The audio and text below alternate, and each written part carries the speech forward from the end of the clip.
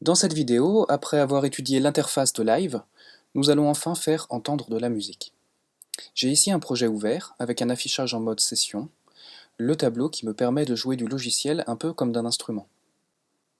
J'ai ici des clips déjà insérés dans le projet, qui vont donc sûrement produire du son si je démarre la lecture du morceau.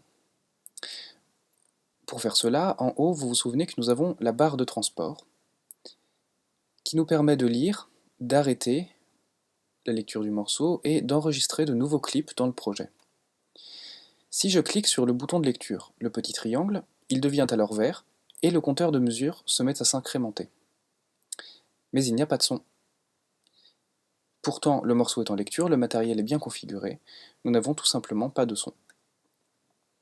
La raison est que, dans ce mode session, c'est à nous de décider de quel clip doit être lu. Lire le morceau sans avoir lancé de clip précis revient à dire qu'on a lancé la lecture d'un morceau qui a quelques secondes ou quelques minutes de silence au début, pour laisser la place par exemple à un autre instrument qui serait sur scène et qui ferait une introduction. Le morceau est donc bien en lecture, mais il n'y a rien à jouer. Il faut donc lui dire quoi jouer et lancer un clip. En l'occurrence, il y a un clip qui s'appelle Voix en haut à gauche. Je vais dire au logiciel que je voudrais qu'il soit joué. Pour cela, je vais cliquer sur le petit bouton de lecture du clip lui-même, le triangle qui est à gauche du titre. À ce moment-là, il se mettra à clignoter et se lancera ensuite. Nous arrêterons ensuite la lecture du morceau en cliquant sur le bouton Arrêter dans la barre de transport.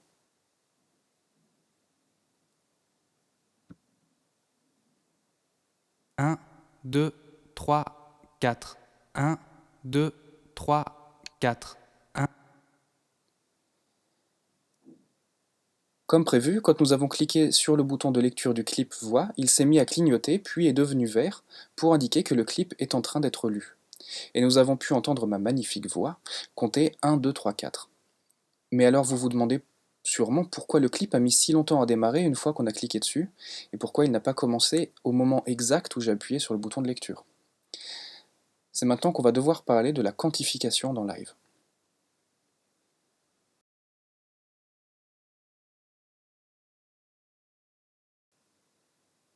Si l'on observe le ralenti de la vidéo que vous venez de voir, vous pourrez alors observer que j'ai cliqué sur le bouton de lecture du clip au moment où le compteur de mesure est arrivé à 23.1.4. Cette suite de nombres et de chiffres signifie que nous étions rendus à la 23e mesure du morceau, premier temps et quatrième double croche au moment où j'ai cliqué sur le bouton de lecture du clip. À ce moment-là, il s'est mis à clignoter et s'est lancé réellement au 24.1.1, c'est-à-dire au tout début de la mesure suivante. 1, 2, 3, 4. 1, 2, 3, 4. En effet, par défaut dans ce logiciel, votre projet sera divisé en mesures 4-4, ce qui signifie pour simplifier des mesures de 4 temps. Tous les 4 temps, le logiciel passera donc à la mesure suivante et comptera 1, 2, 3, 4. Et quel que soit le moment où vous appuyez et vous déclenchez la lecture d'un clip, le logiciel commencera sa lecture au prochain 1 qui apparaîtra. Cela peut être le moment exact où vous avez appuyé si vous avez appuyé exactement au premier temps de la mesure en train d'être lue, ou au premier temps de la mesure suivante si celui de la mesure en cours est déjà passé. Cet alignement du lancement des clips sur le début d'une mesure est nécessaire pour pouvoir les garder synchronisés entre eux. Il est en effet extrêmement difficile d'être suffisamment précis pour n'avoir strictement aucun décalage avec le tempo lorsqu'on joue une note. Ceci n'est pas trop dérangeant dans un jeu instrumental note à note et apporte même un côté humain au jeu instrumental, car on peut en effet se rattraper dès la note suivante, mais dans le cas de ces clips, un petit décalage à l'origine sera toujours reproduit tout au long de la lecture et n'est donc plus perçu de la même manière, c'est perçu réellement comme un décalage permanent. Cette quantification globale est par défaut réglée sur la valeur one bar, c'est-à-dire une mesure. Mais vous pouvez bien entendu changer ce paramètre, l'augmenter à 2, 4 ou 8 mesures, ou alors la réduire à plus court qu'une mesure, c'est-à-dire une demi-mesure, un temps, et même la supprimer en cliquant sur le menu déroulant que vous avez ici. Si je mets sur None par exemple, dans ces cas-là, il n'y a aucune quantification et le clip est lu instantanément au moment où vous cliquez. Ce menu déroulant concerne la quantification globale, la quantification par défaut des nouveaux clips que vous allez insérer dans votre projet, mais vous pouvez aussi paramétrer la quantification de chacun des clips de manière très précise, si cela est important pour vous.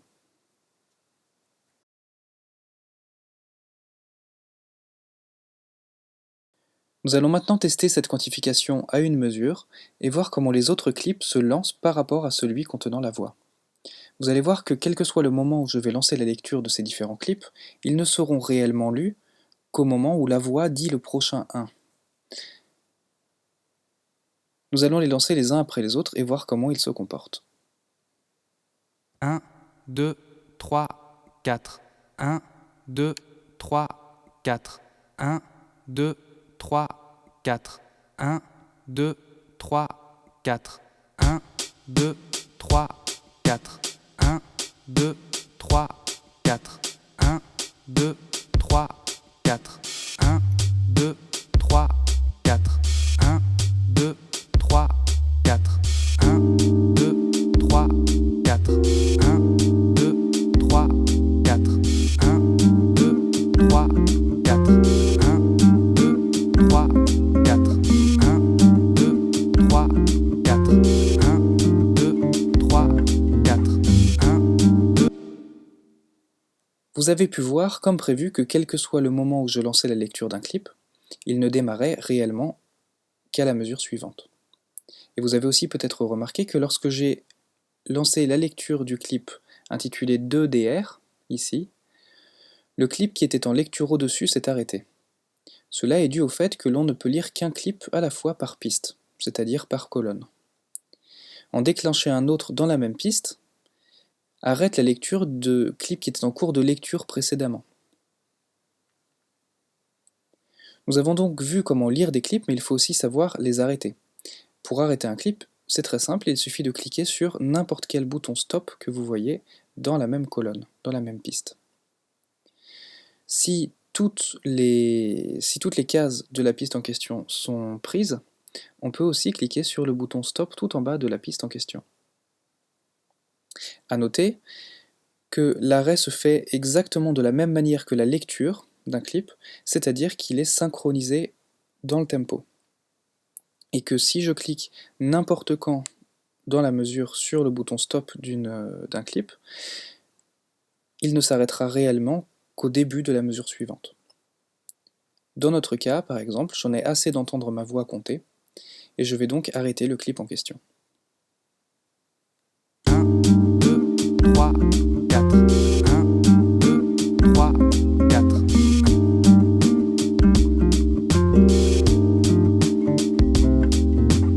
1, 2, 3, 4.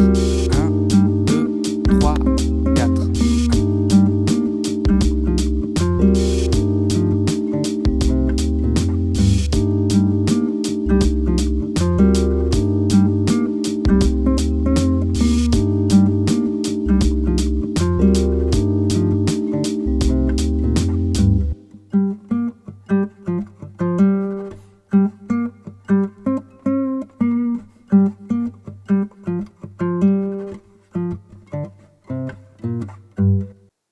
Il ne nous reste plus qu'une chose à voir pour clôturer cette vidéo, et c'est la piste master. Cette piste master contient une série de 6 chiffres que vous voyez ici, associés à une ligne en question et un petit bouton de lecture. Elle contient aussi un bouton stop tout en bas, de la même manière que les autres pistes que nous avions dans notre projet. En l'occurrence, le bouton de lecture qui est situé à côté du chiffre indique que quand on va cliquer dessus, Live va effectuer les actions de chaque emplacement de clip de la ligne associée. C'est-à-dire que il va à la fois déclencher la lecture du clip intitulé Voix, de celui intitulé 1DR, de celui intitulé 1 basse, arrêter, cliquer sur le bouton stop en fait de la piste piano que nous avions là, donc arrêter tout clip qui était en cours de lecture ici, et arrêter tout clip en cours de lecture dans la piste guitare. Nous allons donc essayer tout de suite voir ce que ça donne. 1, 2, 3, 4.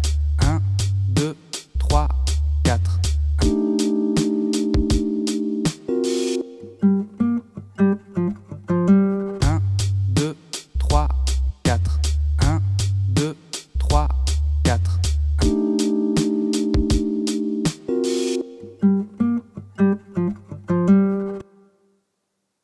Vous avez pu voir que la lecture de chaque scène, c'est ainsi que le logiciel nomme chacune des lignes, il appelle cela des scènes.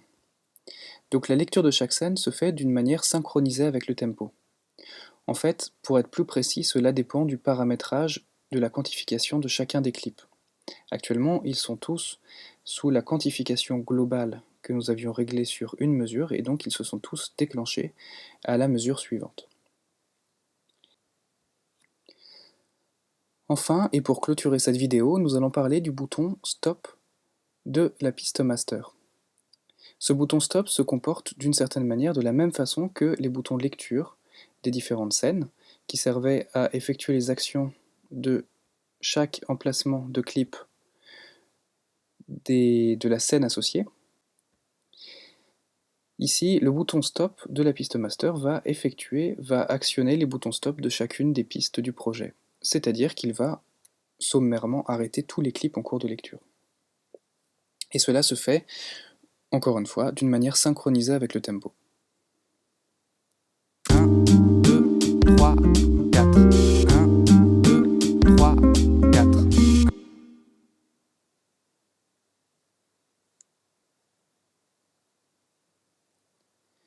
Vous voyez que cela n'arrête pas la lecture du logiciel, c'est-à-dire que le compteur continue de défiler et le logiciel continue de lire de la musique. Simplement, on vient de lui indiquer que l'on veut une plage de silence, en arrêtant tous les clips en cours de lecture. Pour arrêter vraiment la lecture du morceau, il faut cliquer sur le bouton Stop de la barre de transport.